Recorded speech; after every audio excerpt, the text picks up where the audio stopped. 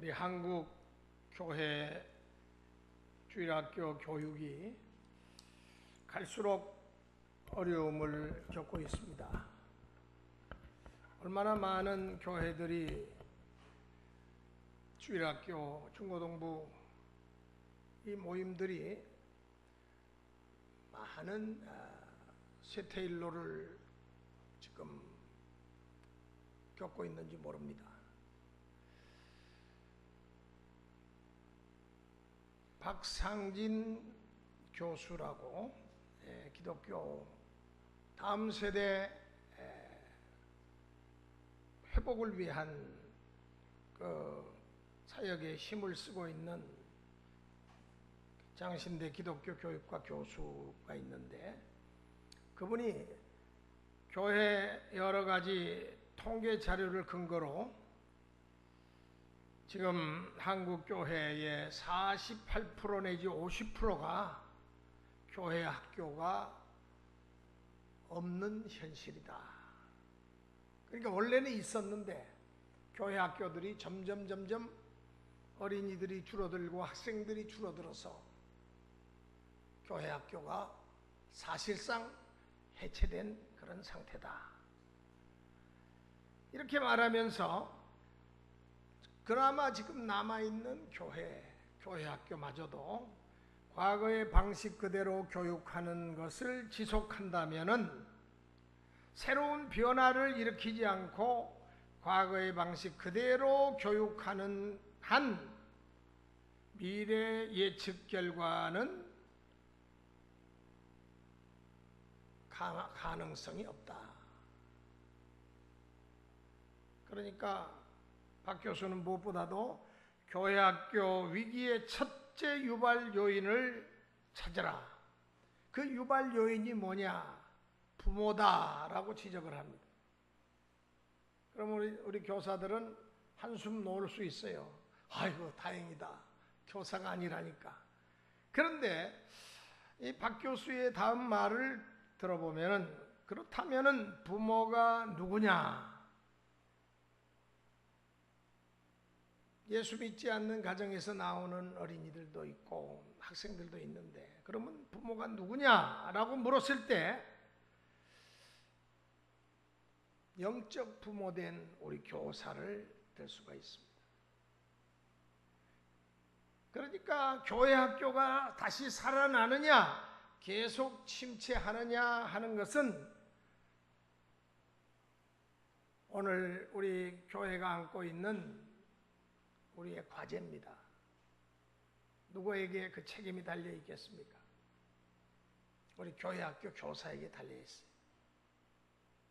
열심을 가지고 교사 일을 감당할 수 있는 그러한 교사. 제가 10수년 전에 부산의 서부교회라고 하는 교회 주일학교가 너무너무 어린이들이 많이 모인다고 그래서 그 당시에 2만 명이 모인다고 그래요. 작년 교인은 한 5, 6천 모이는 교회인데 주일학생이 2만 명이 모인다고 그래서 제가 서울에서 사역을 할 때입니다. 그래서 그 교회를 한번 가봤어요. 주일날 가봤습니다. 주일날 말고는 현장을 목격할 수 없으니까.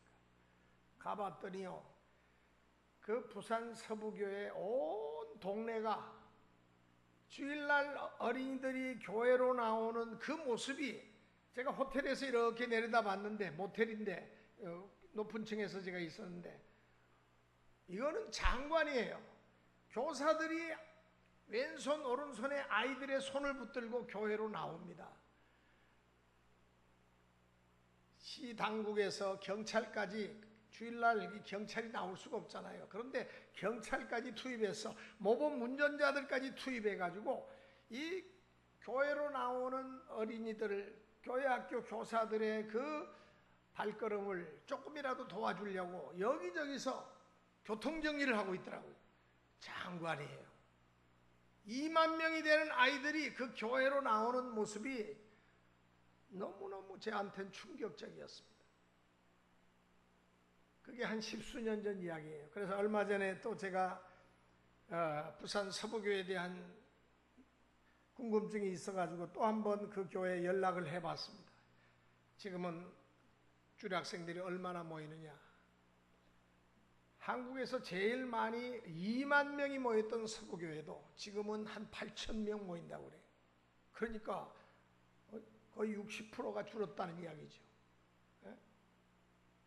지금 한국교회의 주일학교는 갈수록 하향 곡선을 그리고 있습니다. 첫째는 아이를 많이 낳지 않는 것이 첫 번째 이유고, 두 번째는 세속화의 영향이 어린 아이들의 세계까지도 침투해서 아유 교회 재미없어. TV를 틀고 스마트폰을 보면은 아이들이 휙 빨려 들어갈 만한 그런 프로그램이 얼마나 많습니까? 그러니까 아이들이 이 세상의 놀이와 이 세상 것에 대한 관심이 더 너무 치중하다 보니까 호기심에 세상 것에 대한 그 관심에 빠져서 교회로 나오지 않는다는 거예요. 또 세 번째 이유는 원인이라고 볼 수 있는데, 교사들이 전도를 전혀 안 한다는 거예요. 세 번째 이유도 큰 이유 중에 하나입니다. 그전에는 주일학교 전도사님을 우리 교회에서 쓸 때는 전도사님이 자기가 책임이 있으니까 교사들을 이끌고 나가서 전도를 했어요.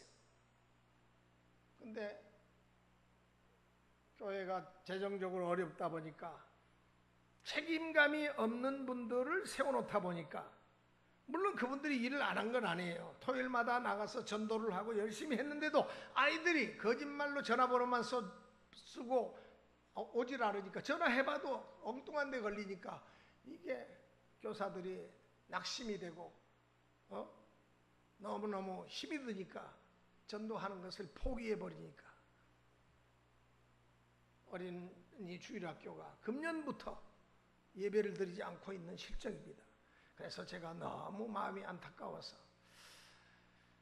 교회 재정적으로 어렵지만은 내년에는 주일학교 전도사님을 다시 초빙해야 되겠다, 그런 생각을 갖습니다. 그래야지 교사들을 동원해서 같이 나가서 전도할 거 아닙니까? 저희 교회가 짧지 않는 역사 속에서 주일학교와 중고등부가 아주 그동안 아주 활성화되고 그동안 너무너무 열심히 모였는데, 금년부터 주일학교가 모이지 않으니까 중고등부는 적은 수의 지금 학생들이 모입니다. 그러니까 지금은 위기다. 이 위기 상황을 어떻게 극복할 것인가? 그래서 저는 무엇보다도 이 위기 상황을 극복하기 위해서는 우리 장년들과 연대해서 같이 기도해야 되겠다. 이것을 교회 앞에 선포하면서 우리 같이 여러 가지 상황 속에서 우리 한국교회 교회학교가 점점 위기 상황에 치닫고 있는 것을 알고 교우들에게 기도를 부탁해야 되겠다. 꼭 교회 교육만이 위기입니까? 우리 인생을 사노라면은 무수히 크고 작은 어려운 문제들을 만납니다. 경제적인 문제, 건강의 문제, 인간관계에서부터 오는 여러 가지 문제, 다양한 문제들을 우리는 안고 살아갑니다. 365일 늘 맑고 청명한 날씨만 계속된다면 얼마나 좋겠습니까마는 그렇지 못한 것이 현실입니다. 그러나 이런 위기들이 우리 앞에 온다고 해서 좌절하면 안 됩니다. 위기는 곧 기회다, 이렇게 생각하셔야 됩니다. 새로운 기회가 우리에게 다가오고 있다라는 사실을 우리가 아주 긍정적으로 그것을 생각해야 됩니다. 우리나라만 봐도 그래요. 70년대에는 오일 쇼크가 일어나가지고 얼마나 많은 기업들이 쓰러졌습니까? 경공업에서 그러나 중공업으로 전환하는 계기가 됐어요. 기회가 됐어요.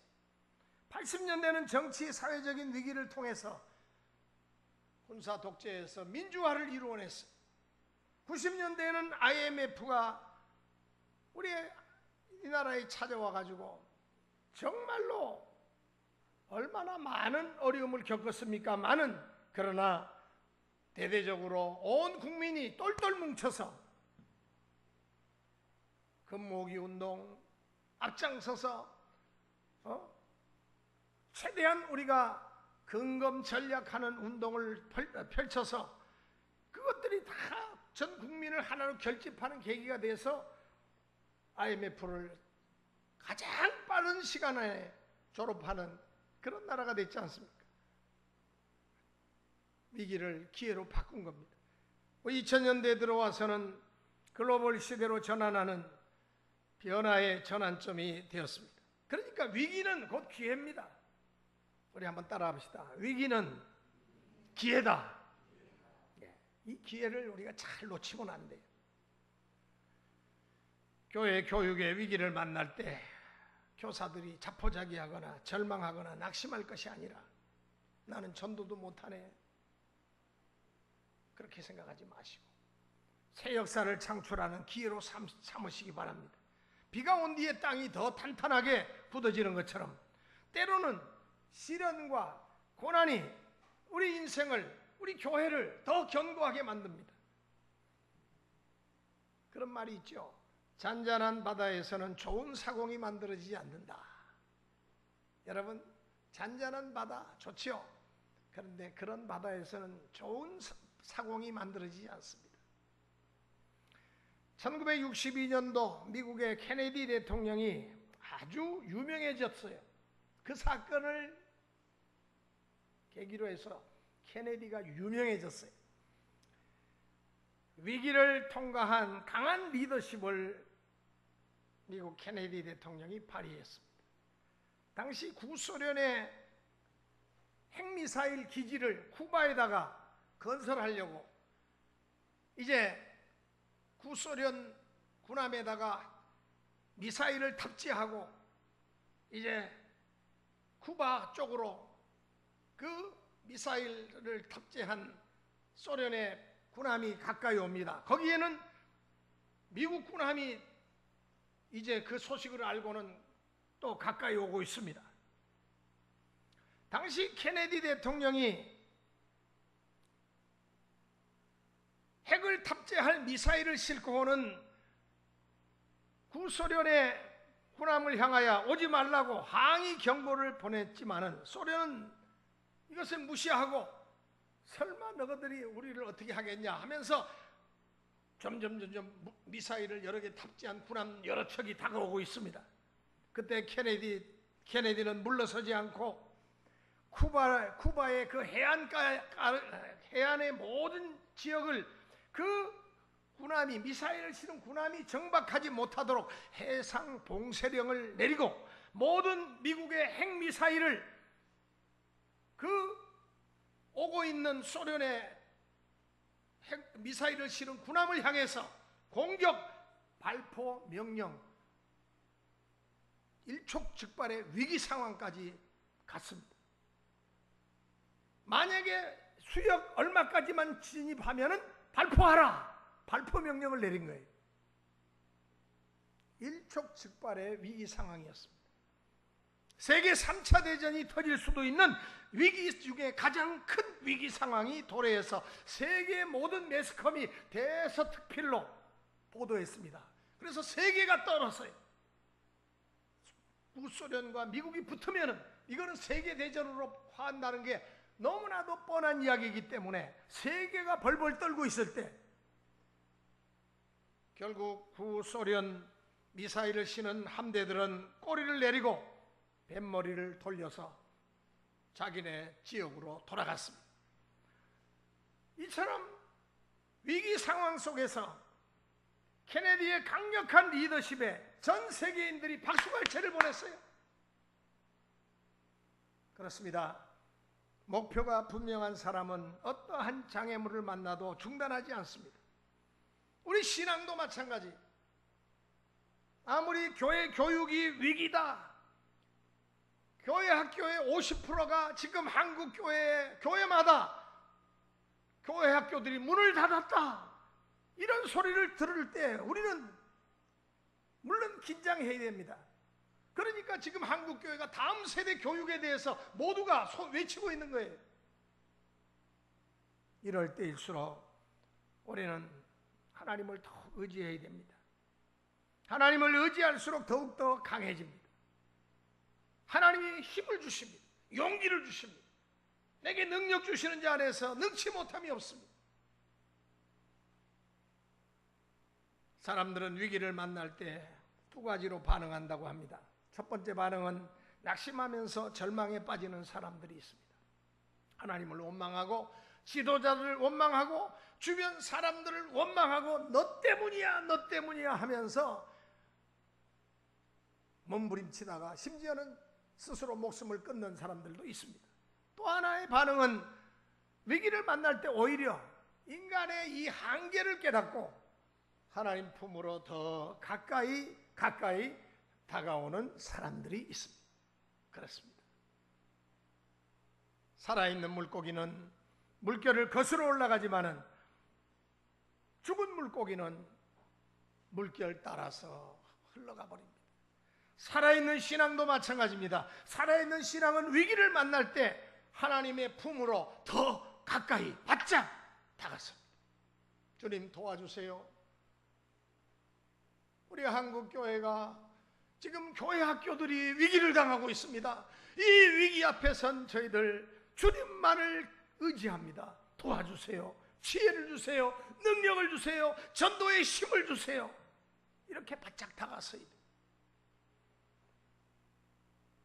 애굽의 바로 왕이 모세를 위협할 때 모세는 하나님을 너무 의지했습니다.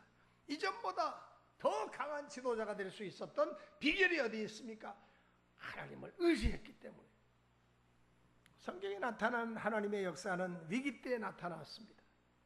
더 이상 의지할 것이 없을 때, 힘의 한계를 느낄 때, 오직 하나님만 바라볼 때, 그때가 바로 하나님의 역사를 경험하는 절호의 기회가 됩니다. 이번에 저는 우리 교단 총회에 참석을 했습니다.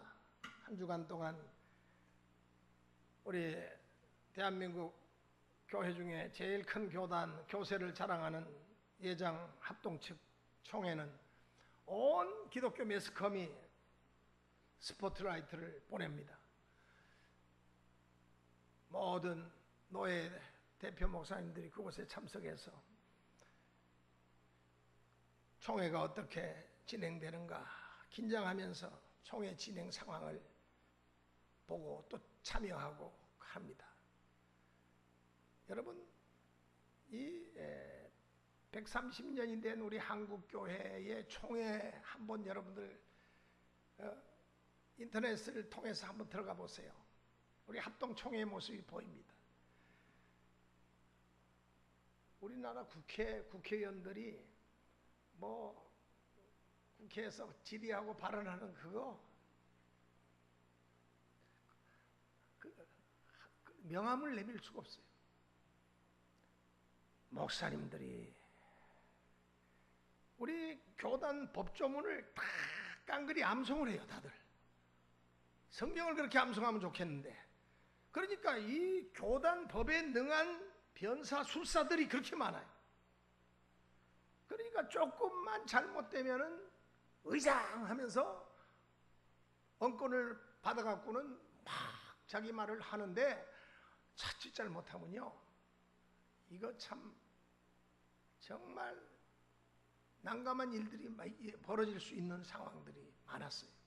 그런데 이번 총회장으로 당선된 반야월교회, 대구 반야월교회 이승희 목사라는 분이 저는 참 걱정했어요. 그분이 나이도 어리고 50대 한 50대 중반 조금 넘으신 분인데 과연 저분이 이 총회를 어떻게 이끌어갈까? 그 기라성 같은 정치 목사님들이 많거든요. 근데 그분들의 그 빗발치는 그 포화 속에서 과연 저분이 어떻게 이 총회를 이끌어갈까? 기도를 많이 했어요, 저는. 제발 이 총회에 난무하는 여러 정치적인 그런 발언하는 목회자들의 발언을 꺾어주시고 우리 총회가 아름다운 방향으로 나아갈 수 있게 해달라고. 그 기도가 하나님이 들어주셨는지, 저는 지금까지 물론 총회는 한 3번 참석해 봤는데요, 뭐 그전에는 뭐 인터넷을 통해서도 총회 상황을 보기도 하고 그런데 지금까지 저는 이런 총회장을 본 적이 없어요. 얼마나 카리스마가 있고 지혜가 있고 능력이 있고, 나는 그렇게 젊은 총회장이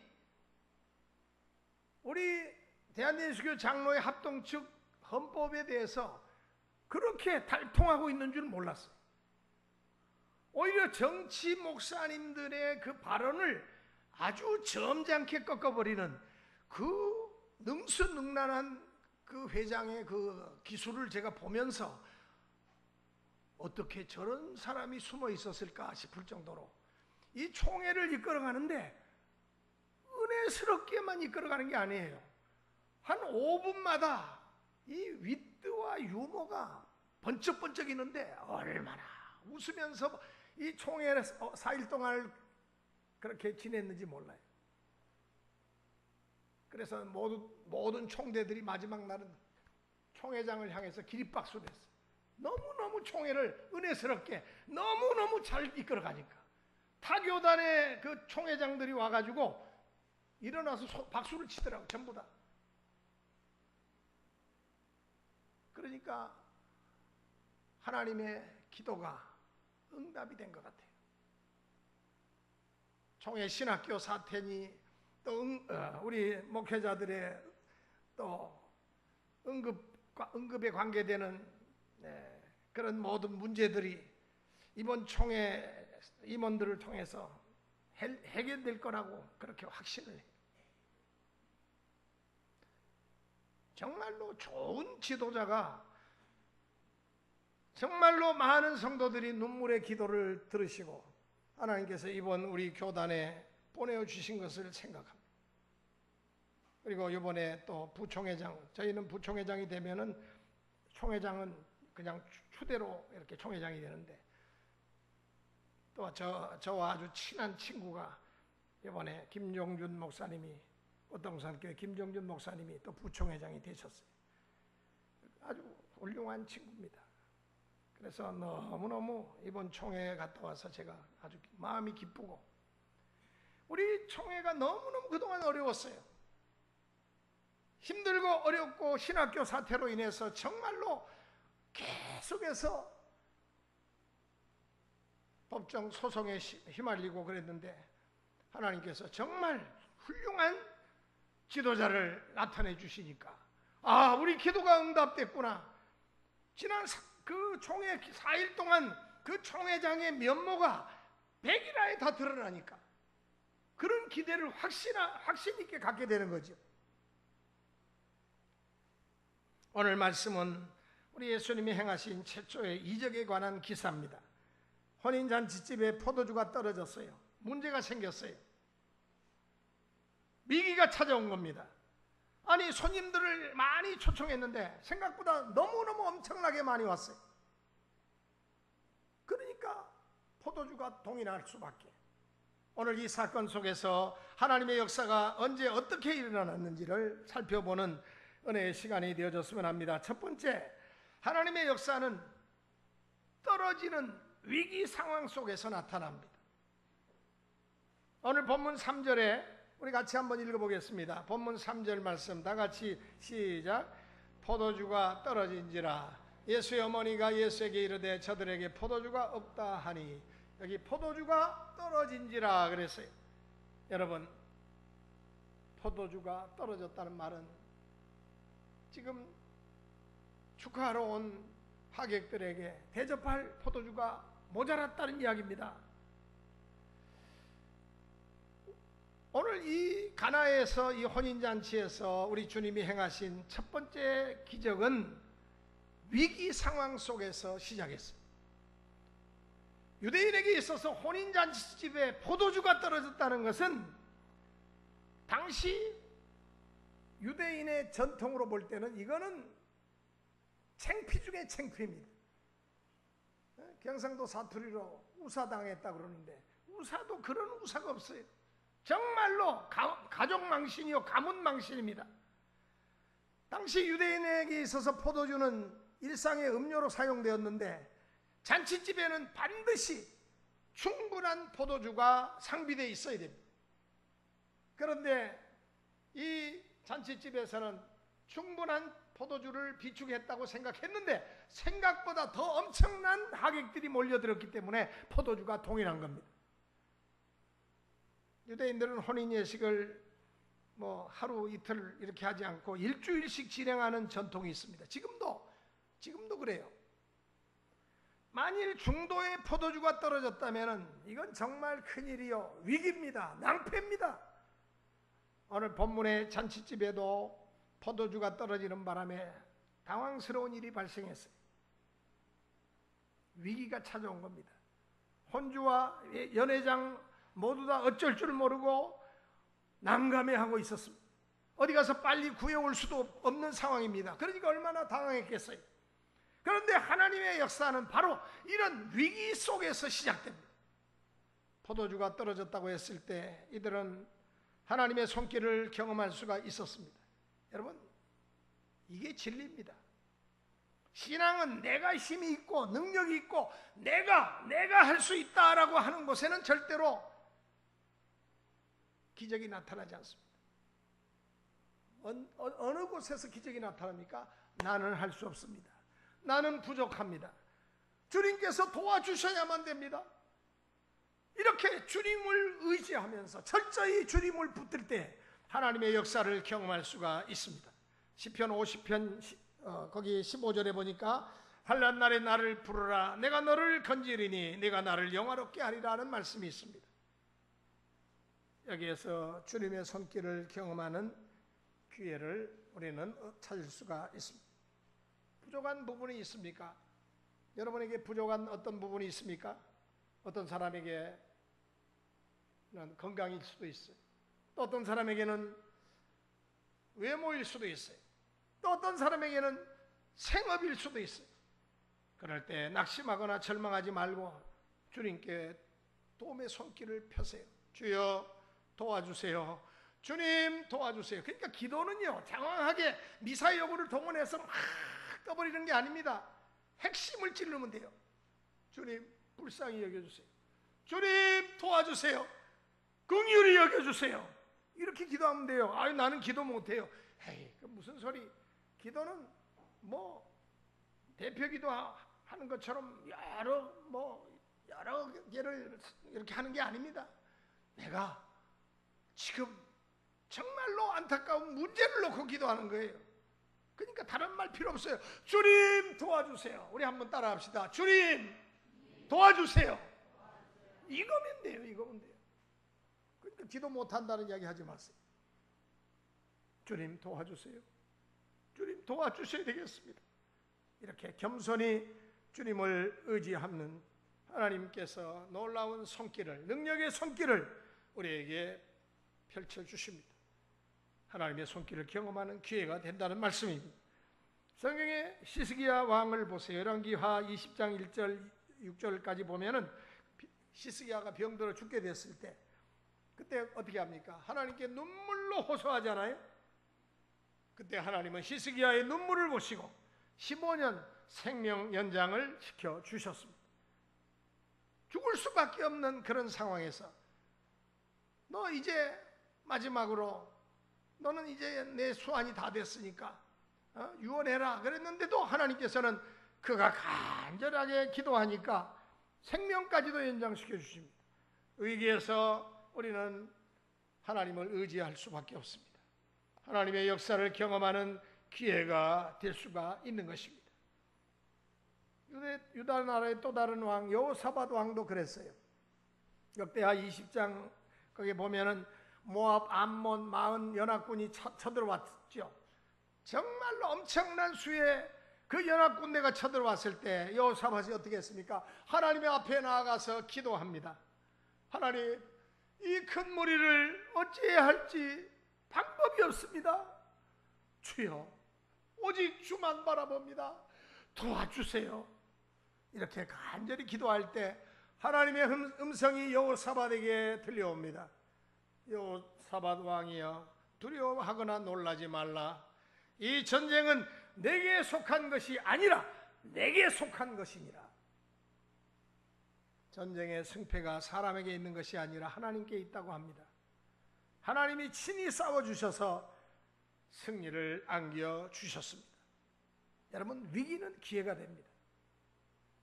하나님을 만나는 기회가 됩니다. 하나님께로 더 가까이 나가는 기회가 됩니다. 하나님과 바른 관계를 회복하는 기회가 된다는 말씀입니다. 포도주가 떨어졌다고 낙심하지 마세요. 주일학교가 종족을 감췄다고 낙심하지 마세요. 그러나 긴장을 하세요.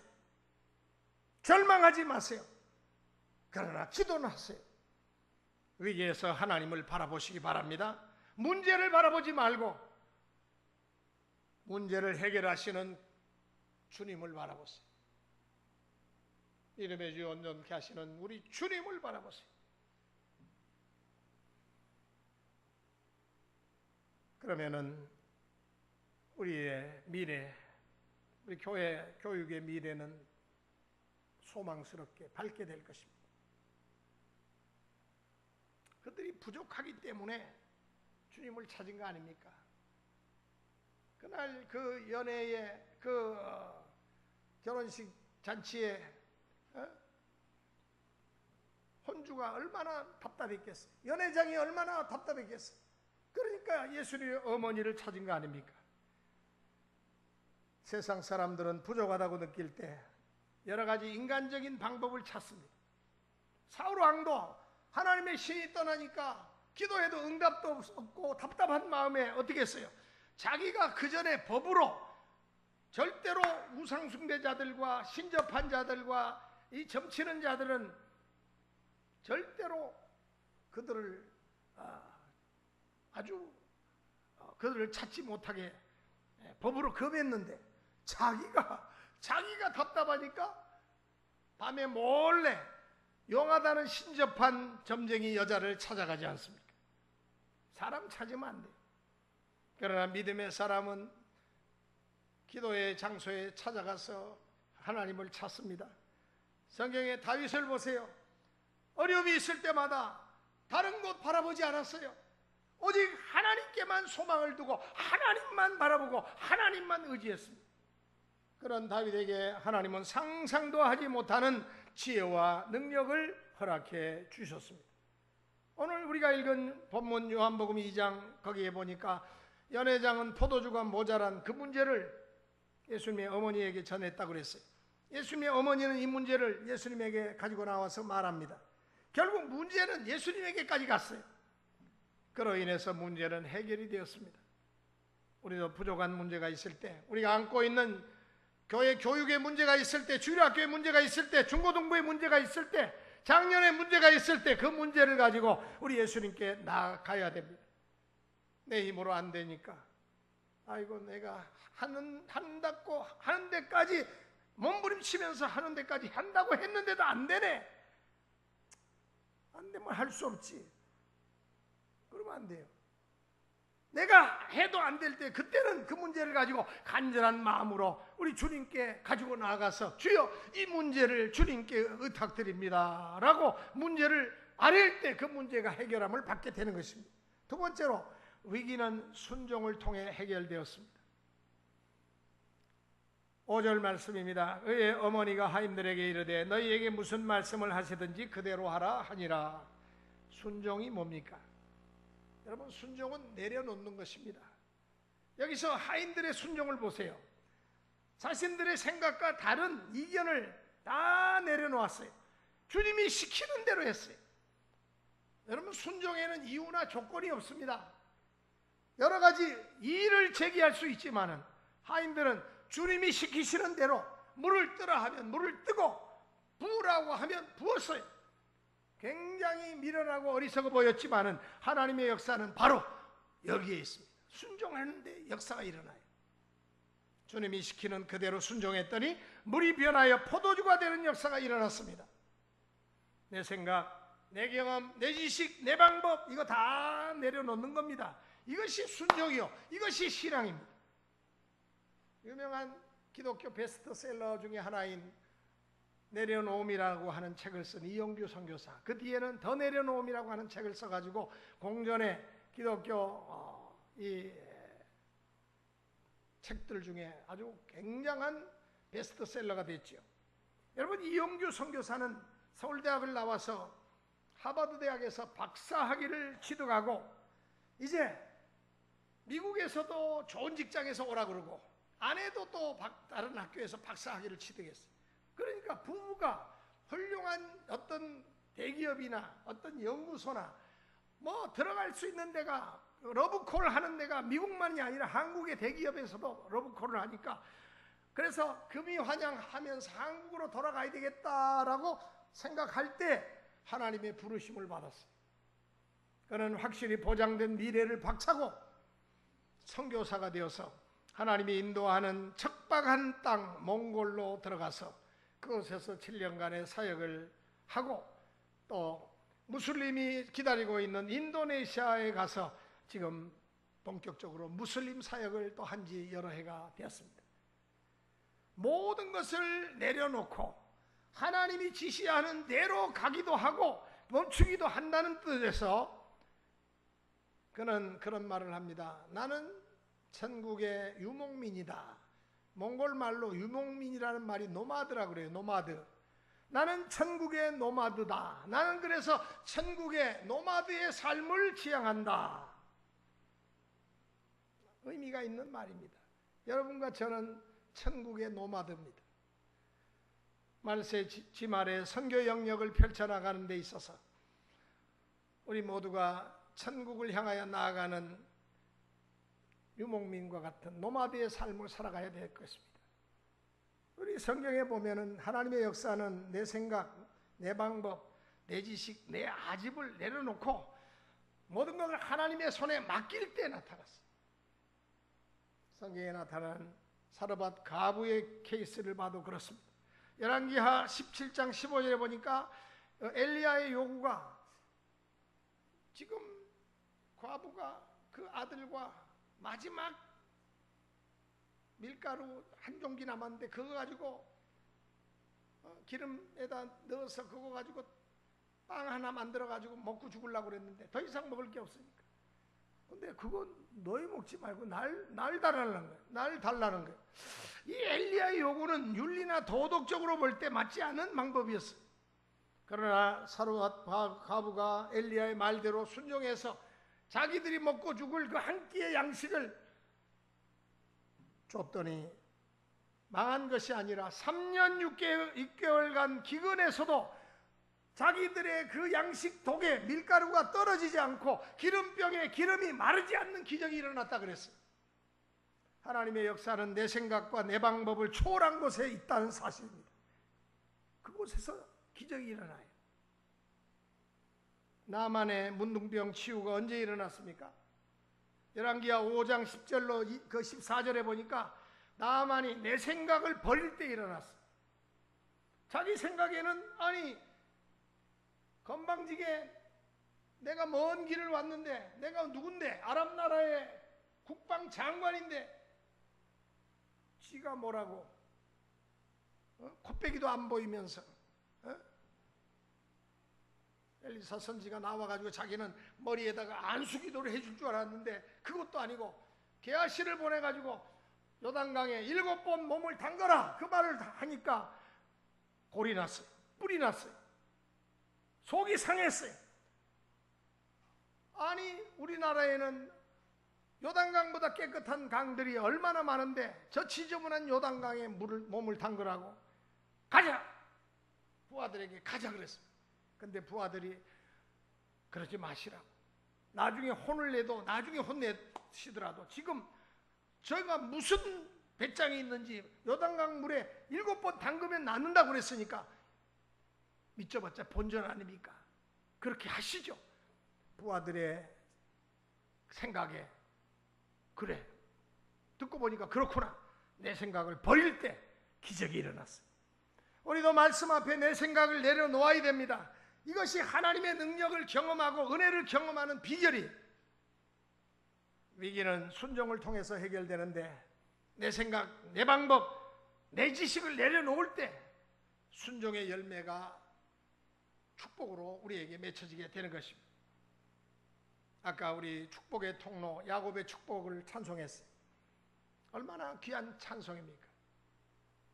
여러분, 순종의 뿌리가 믿음이라면 순종의 열매는 축복입니다. 순종은 어리석은 자가 하는 것인 줄 착각하지 마세요. 축복과 저주, 쓰임받은 자와 버림받은 자의 차이는 바로 순종과 불순종의 차이입니다. 종이 한 장의 차이. 사울이 왜 하나님께 버림을 받았습니까?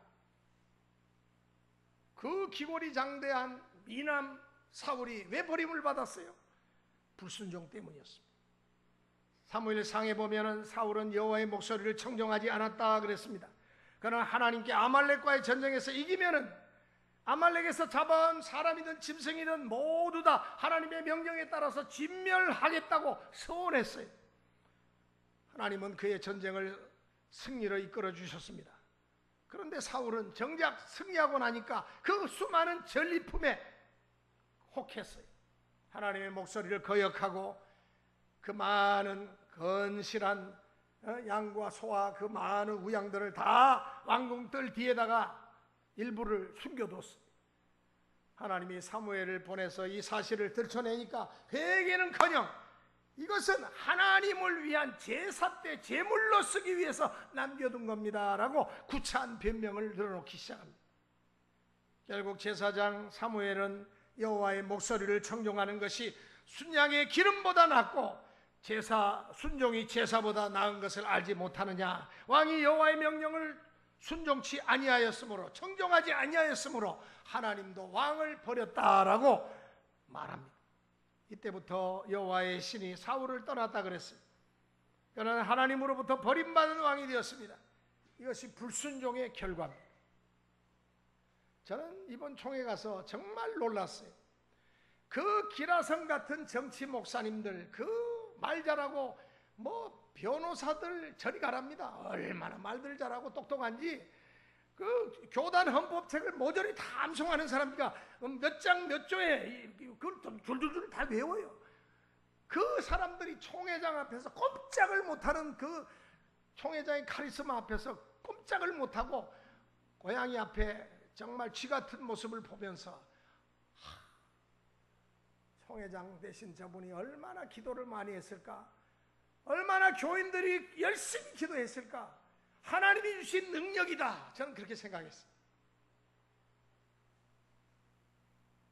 신앙은 믿음에서 머무르지 않고 순종으로 열매를 맺어야 됩니다. 마지막으로 하인들이 믿음으로 주님이 시키는 대로 움직일 때 변화가 나타났습니다. 7절 8절 보세요. 다 같이 한번 읽겠습니다. 7, 8절 시작. 예수께서 그들에게 이르시되 항아리에 물을 채우라 하신즉 아구까지 채우니 이제는 떠서 연회장에게 갖다 주라 하심에 갖다 주었더니 주님이 시키는 대로 움직였습니다. 신앙은 끊임없이 움직이는 겁니다. 쉬지 않고 계속 움직일 때 하나님이 역사하십니다. 움직일 때 채워주십니다. 여러분, 주를 위해서 헌신 봉사하는 것이 때로는 피곤하고 힘들지요. 그러나 주를 위해서 움직이세요. 그러면 여러분에게 건강 주시고 여러분의 나아가는 길과 여러분의 가정과 여러분의 모든 것을 책임져 주십니다. 물론 더딜 때도 더 있어요. 그러나 걱정하지 마세요.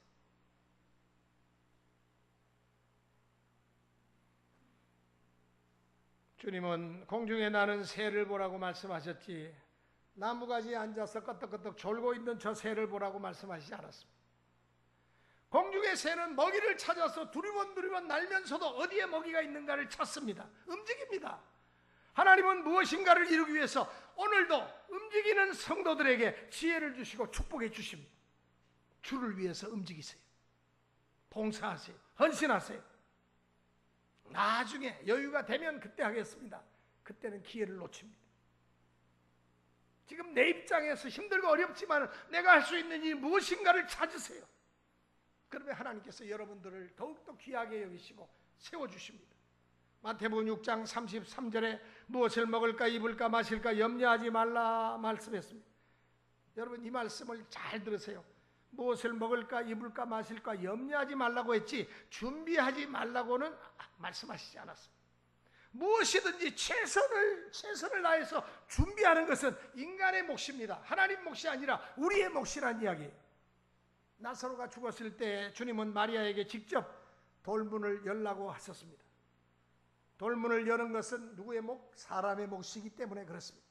죽은 자를 살리는 근본적인 문제는 누구의 몫? 주님의 몫입니다. 주님만이 하실 수 있어요. 영혼을 구원하는 일, 어린 아이들의 영혼을 구원하는 일, 우리 청소년들의 영혼을 구원하는 일 역시 사람을 통해서 하십니다.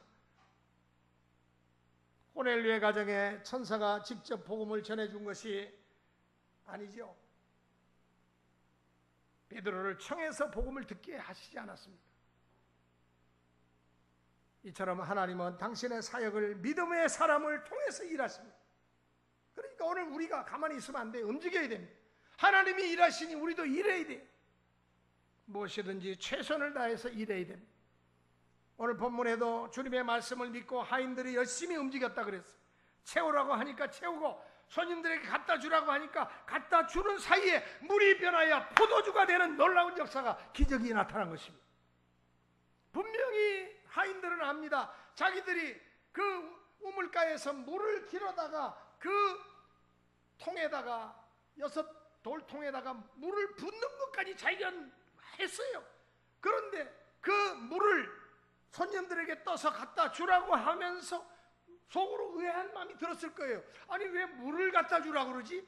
그런데 그 물이 순종하는 그 하인들의 손을 통해 가지고 손님들에게 딱 전달됐을 때 그것이 포도주로 변했다는 것입니다. 이것이 하나님의 방법입니다. 믿음으로 열심히 움직일 때 여러분의 인생에 기적이 일어납니다. 여러분의 발걸음에 놀라운 하나님의 함께 하시는 동행하시는 역사가 나타납니다. 변화는 주님이 시키십니다. 그 11절 말씀 여러분 잘 보세요. 변화는 주님이 시키시는 거예요. 인간이 하는 게 아니에요. 주님 말씀대로만 일어나 움직이는 것이 이게 믿음이고 신앙입니다. 하나님의 일을 할 때 기도하면서 뛰고 뛰면서 기도하는 사람, 그 사람이 하나님께서 참으로 귀하게 여기시는 사람. 성경에서 믿음으로 움직일 때 일어난 역사들을 한번 보세요. 요단강에 섰을 때 위에서 흐르던 요단강 물이 뚝 멈췄습니다. 요단을 육지같이 건넜다 그랬어요. 여리고성을 돌 때 망치 소리 하나 내지 않고 여리고성이 무너졌습니다. 모두가 믿음의 움직임을 우리에게 보여주고 있는 이야기들 아닙니까? 믿음은 말합니다. 믿음은 기적을 일으킵니다. 믿음은 생각지도 못했던 엄청난 일을 행합니다. 주님은 오늘도 우리 교사들과 우리 성도들에게 믿음으로 움직이기를 원하십니다. 어린아이들이 안 오면 그 말이지 뭐. 그러면 안타까움을 가져야 돼요. 지도자가 와야지 움직이시겠습니까? 지금이라도 움직여야 돼요. 그러면 지도자가 그래도 몇 명이라도 있으면 더 힘을 내서 움직일 거 아닙니까? 체면이 있지. 아이들 한 명도 없는데 지도자를 데려다 놓으면 지도자가 절망할 겁니다. 움직일 때 채워지는 역사, 변화되는 역사가 나타남을 믿으시기 바랍니다. 말씀을 맺겠습니다. 물이 포도주로 변화되니까 여기 보니까 4가지가 달라졌어요. 제일 먼저 위치가 달라졌어요. 손발이나 씻는 이 더러운 물이 혼인상에 올라가는 포도주가 되었다는 사실입니다. 또 하나 그 맛이 달라졌어요. 물 마실 텐데 물이 아니라 포도주가 됐어요. 맛이 달라졌어요. 물과 포도주는 근본적으로 맛이 다르지 않습니까? 또 하나 가치가 달라졌어요. 물과 포도주의 가치를 비교할래야 비교할 수가 없습니다. 끝으로 처음보다 나중이 더 좋아졌다는 이야기입니다. 긴장하고 어떻게 하지 당황하고 어찌할 줄을 몰랐던 그 혼주와 연회장이 얼굴이 밝아졌어요. 아니 세상에 보통 혼인집에 가면은 보통 적당한 포도주를 내놓았다가 마지막에 가서는 별로 맛없는 형편없는 포도주를 내놓는데 당신들은 마지막 포도주가 더 맛있고 더 좋네요. 고급 포도주를 내놓았네요. 여러분, 이것이 갈수록 더 좋아지는 것입니다. 사람도 더 깊이 사귈수록 더 좋은 사람이 되어야 됩니다. 교회도 가면 갈수록 점점 더 부흥해야 됩니다. 이것이 하나님의 은혜예요. 오늘 우리에게 두 가지 변화가 따라야 된다고 봅니다. 심령의 변화와 생활의 변화입니다. 위기가 기회라고 생각하시되 낙심하지 마세요. 오히려 이 기회에서, 이 위기에서 하나님을 더 열심히 간절히 찾고 하나님의 역사를 경험하는 간증의 기회가 되시기를 주의 이름으로 축원합니다. 기도하시겠습니다. 하나님 아버지, 은혜와 사랑을 감사합니다. 우리 모두 교회 학교의 위기라고 말하면서 낙심합니다. 낙심하지 말게 하옵소서. 오히려 이 위기에서 하나님을 찾고 하나님의 손길을 경험하는 기회로 만들게 하옵소서. 모든 것을 변화시키는 분은 오직 주님이십니다. 유난히도 국제정세가 요동치고 국내 정치, 경제, 사회가 어려움이 참 많습니다. 그러나 우리 민족은 위기를 잘 극복해온 민족 아닙니까?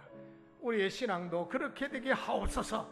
오늘 우리 교회 교육의 이 위기, 다음 세대 교육의 위기에서, 우리 주일학교 학생의 위기에서 주님의 손길을 경험하여 위기가 변하여 더 좋은 부흥의 기회, 축복의 기회가 되게 하여 주시옵소서. 우리 구주 예수 그리스도의 이름으로 비옵나이다. 아멘. 다 자리에서 일어나셔서 우리 예배 준비하신 예물 드리시면서 마지막 우리 519장 1절 4절 부르시면서 예물 드리겠습니다. 519장.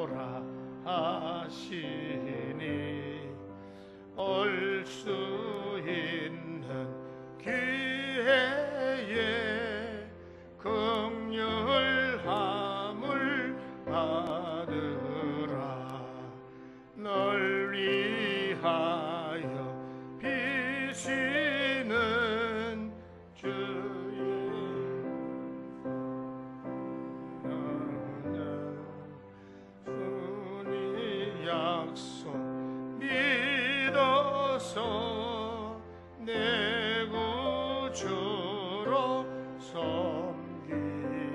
4절 지체 말고 주께로 어서 바삐 나오라. 예비하신 구원은 지금 하는 은혜라. 좋은 기회 놓치고 슬피 후에 말지니 지금 문을 두드려 구원함을 받으라. 기도하시겠습니다. 감사합니다. 주님 앞에 나올 때에 귀한 예물 성별하여 드립니다. 마음을 드립니다. 시간을 드립니다. 정성을 드립니다. 주님 앞에 우리의 삶을 드립니다. 또한 사명을 드립니다. 하나님 보시기에 아름다운 귀한 도구들로 사용하여 주옵소서. 출타한 성도들 어느 곳에 있든지 저들과 함께 동행해 주옵소서. 저들 앞서 행하사 시험에 들지 말게 하시고 주의 은혜와 사랑 안에서 더욱더 큰 믿음의 축복의 계기로 삼을 수 있도록 은혜 나리워 주옵소서. 드리지 못하는 손길마다 주님께서 힘을 더하여 주시고 저들에게도 큰 믿음 주시고 재물 얻을 능을 주시고 하나님이 주시는 기회를 통하여 하나님 앞에 영광 돌리는 복된 삶을 살아갈 수 있는 믿음의 용사들로 세워 주시옵소서. 이제는 우리를 죄악 가운데서 구원하신 생명의 구주 예수 그리스도의 구속의 은혜와 성부 하나님의 극진하신 사랑과 성령의 감동, 감화, 위로 충만 임재 교통하심이 예수 그리스도를 의지하며 믿음의 주에 온전케 하시는 주의 이름을 붙들며 위기를 기회로 삼기를 소원하며 큰 믿음의 주여 온전케 하시는 우리 주님의 능력을 의지하는 사랑하는 성도들 머리 위에, 가정 위에, 직장 위에, 생업 위에, 교회 위에, 이 나라 이 민족 위에 이제로부터 영원토록 함께 계실지어다. 아멘.